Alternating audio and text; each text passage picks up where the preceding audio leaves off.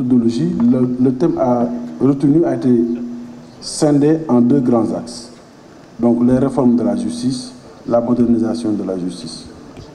Objectif du dialogue. Le dialogue a pour objectif d'examiner, je cite, en profondeur les forces et faiblesses du système judiciaire, d'identifier les dispositions légales et réglementaires, les mécanismes institutionnels qui pourraient être améliorés et la feuille de route à suivre afin d'assurer une bonne mise en œuvre des solutions dégagées. Fin de citation. Spécifiquement, il est attendu des commissions du dialogue, après avoir fait l'état des lieux, de formuler des recommandations pour que, enfin, le Sénégal dispose. Ça, ce sont les termes de référence du dialogue. Dispose comme objectif spécifique.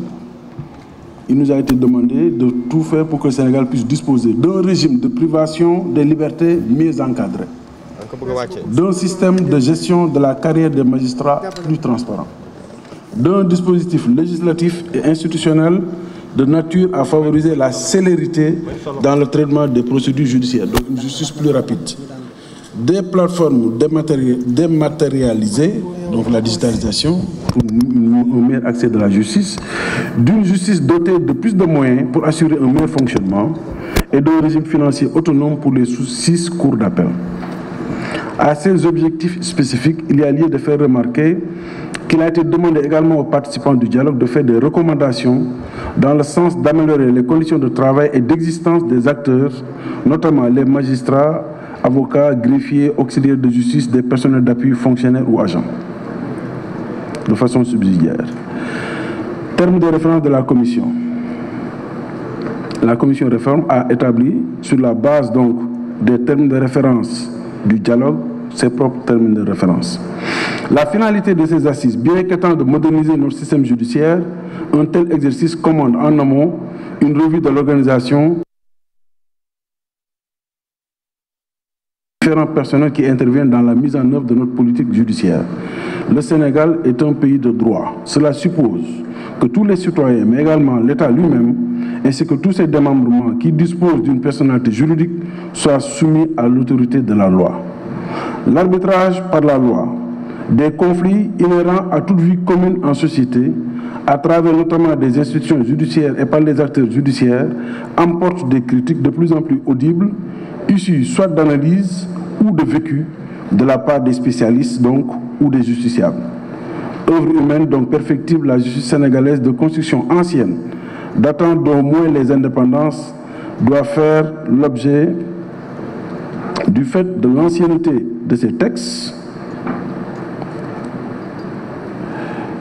de base, d'une réadaptation ou d'une réactualisation pour une réappropriation par les populations.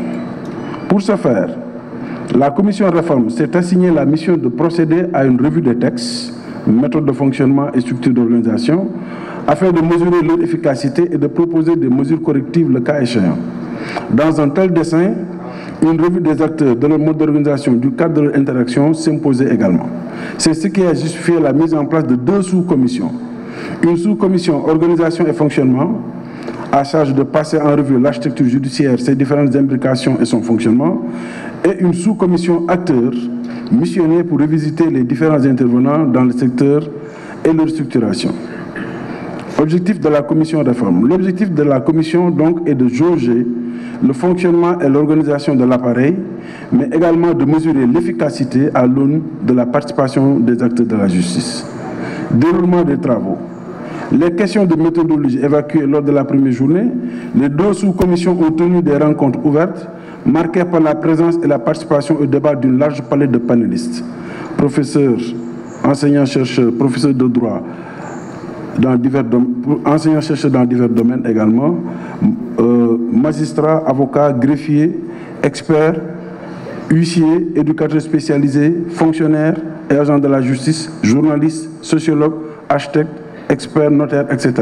Mais également de justiciables sénégalais ainsi que de représentants de partis politiques, de structures de la société civile, organisations de défense des droits humains, militants de la transparence dans la gouvernance, associations en charge des détenus ou de réinsertion, associations représentant des justiciables particuliers, notamment les personnes handicapées, commerçants, artistes et monde culturel, notamment le président de la Maison des écrivains, qui a été un des doyens d'âge de ces assises, le doyen Alioune Badara Bèye, qui a quand même tenu, malgré son âge, à venir à toutes les sessions. Il y a également une forte présence d'anciens détenus durant ces travaux. Les assemblées, donc, les assemblées qui constituent donc ces deux sous-commissions ont enregistré la présence de plusieurs spécialités, de plusieurs titres et plusieurs qualités, pour résumer. Rapport général de la commission. Les deux sous-commissions ont, au cours des travaux qui ont consacré parfois des thématiques transversales,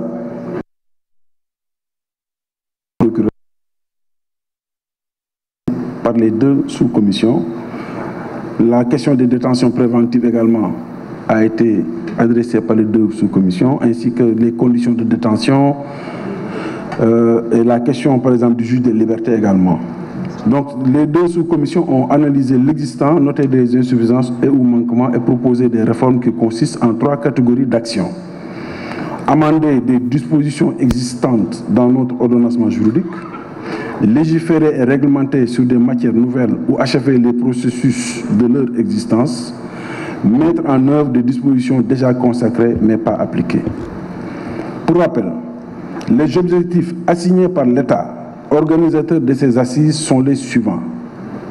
Faire des propositions qui portent sur un régime de privation de liberté mieux encadré, un système de gestion de la carrière des magistrats plus transparent, un dispositif législatif et institutionnel de nature à favoriser la célérité dans le traitement des procédures judiciaires, des plateformes dématérialisées, une justice dotée de plus de moyens pour assurer un meilleur fonctionnement, un régime financier autonome pour les 6 cours d'appel.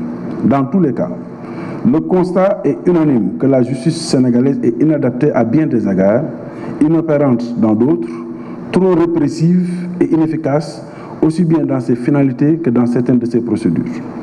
Notre système judiciaire souffre d'une organisation qui se traduit par un fonctionnement déficitaire sur plusieurs aspects. Les justiciables en payent le prix, très élevé, très fort. Les acteurs de la justice eux-mêmes en pâtissent, victimes du manque de clarté, de moyens ainsi que de l'obsolescence des textes qui régissent leurs différents corps et secteurs. Ils ploient sous le poids exorbitant des dossiers, ils manquent de moyens pour l'atteinte de leurs objectifs et vivent pour une grande part des incohérences d'un système qui les traite de manière inadaptée et parfois de manière incohérente. Ainsi en est-il des situations de travail des greffiers, par exemple, des interprètes judiciaires, des éducateurs spécialisés et autres fonctionnaires de la justice. Le même constat est fait concernant les avocats, les huissiers, les commissaires priseurs, les experts. Le système de contrôle ou de surveillance de l'appareil également empathie de ce manque de moyens. Par exemple, l'observateur des lieux de privation de liberté ne dispose pas, par exemple, d'un ancrage administratif et institutionnel clair. Ses moyens sont insuffisants, alors que sa mission est de constater des manquements, d'indiquer la voie pour les corriger par des recommandations notamment. Ces constats généraux, fruits de plusieurs heures de discussion, détaillés par des situations d'analyse et ou des expériences malheureuses vécues et rapportées, ont engagé de la part des participants de ce dialogue des séries de recommandations destinées à l'arbitrage du chef de l'État et de son administration. Les rapports généraux de Mor Ndiaye pour la sous-commission organisation et fonctionnement de la justice et M. Samba Diouf pour la sous-commission acteurs de la justice ont recensé tous les points de discussion, ont sérié les problèmes et difficultés et ont établi la liste des recommandations y afférentes. Principales recommandations de la commission. La commission réforme, subdivisée en 2 sous-commissions, 2 séries de recommandations sont donc issues de ces travaux. Des recommandations pour l'amélioration du fonctionnement et de l'organisation de notre justice, ainsi que des recommandations sur la modernisation du mode d'existence et de fonctionnement des acteurs. De façon très exhaustive, ou de façon très synthétique plutôt, il s'agit des recommandations transmises par les 2 rapporteurs des dites sous-commissions, M. Mor Ndiaye et M. Samba Diouf, et la synthèse des propositions laisse apparaître une série de mesures phares, dont certaines assez urgentes et d'autres qui doivent appeler un approfondissement pour assurer leur mise en œuvre correcte. Recommandations phares transversales aux 2 sous-commissions. Ces recommandations portent sur la limitation des pouvoirs du procureur de la République, une plus grande compétence aux juges d'instruction, l'instauration d'un juge des libertés et de la détention, la mise en place d'une cour constitutionnelle en lieu et place du Conseil constitutionnel, une nouvelle organisation du Conseil supérieur de la magistrature pour le rendre plus autonome avec des pouvoirs élargis pour en faire un organe délibératif et non pas seulement consultatif.